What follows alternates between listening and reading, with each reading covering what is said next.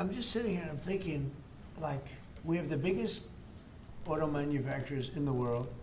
They're talking about investing billions and they're investing it as we speak, but billions and billions of dollars in our country. Thank you very much.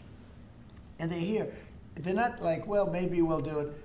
They're doing it because of tariffs, and they're doing it because of maybe they like the president, and we're doing things like this for them, which frankly, no matter who you are, this should be done. And we're doing things like deductibility of interest. When you borrow money to buy a car, you're allowed to deduct it from your income tax. That is a massive tax cut for people that probably are going to be trying to buy that car anyway. And I really think that that interest factor is going to be one of the biggest things. When I was proud of that because I thought of it, and it seems so simple. Other people are allowed big interest. If you're a rich person, you're allowed to have big interest deductions for different things you do. But if you're a middle-income person that has to buy a car, you were never entitled to anything. And now you're getting a full interest deduction on the loan. And I think that's going to have one of the biggest impacts. But we're here with companies that are investing tens of billions of dollars in our country as we speak. It's not going to be in 2 years or 3 years. A lot of it's because of the expensing provision in the bill, in the big, beautiful bill. But a miracle is happening in our country.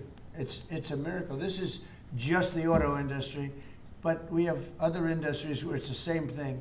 They're building all over our country, and this is a revolution is happening. It's a business revolution. It's a jobs revolution. It's a car revolution. We're bringing back the car industry that was stolen from us because we have people that didn't know what they were doing sitting at this desk. They put the wrong people in because they weren't advised properly. And this is really an incredible thing that's happening. Go ahead, Kevin.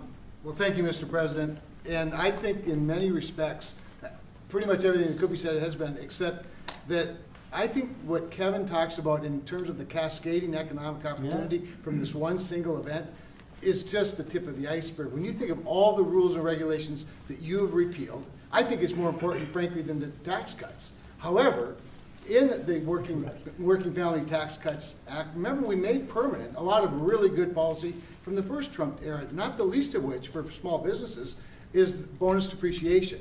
The opportunity to depreciate the year that you purchase an F-150 for your small business or a large truck for your farm.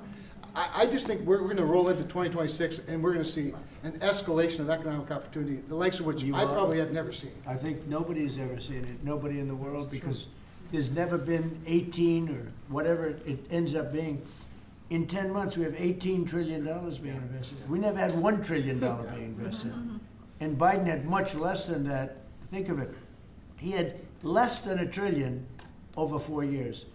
We have $18 trillion in 10 months, and it's actually as of 9 months. So there's never been anything.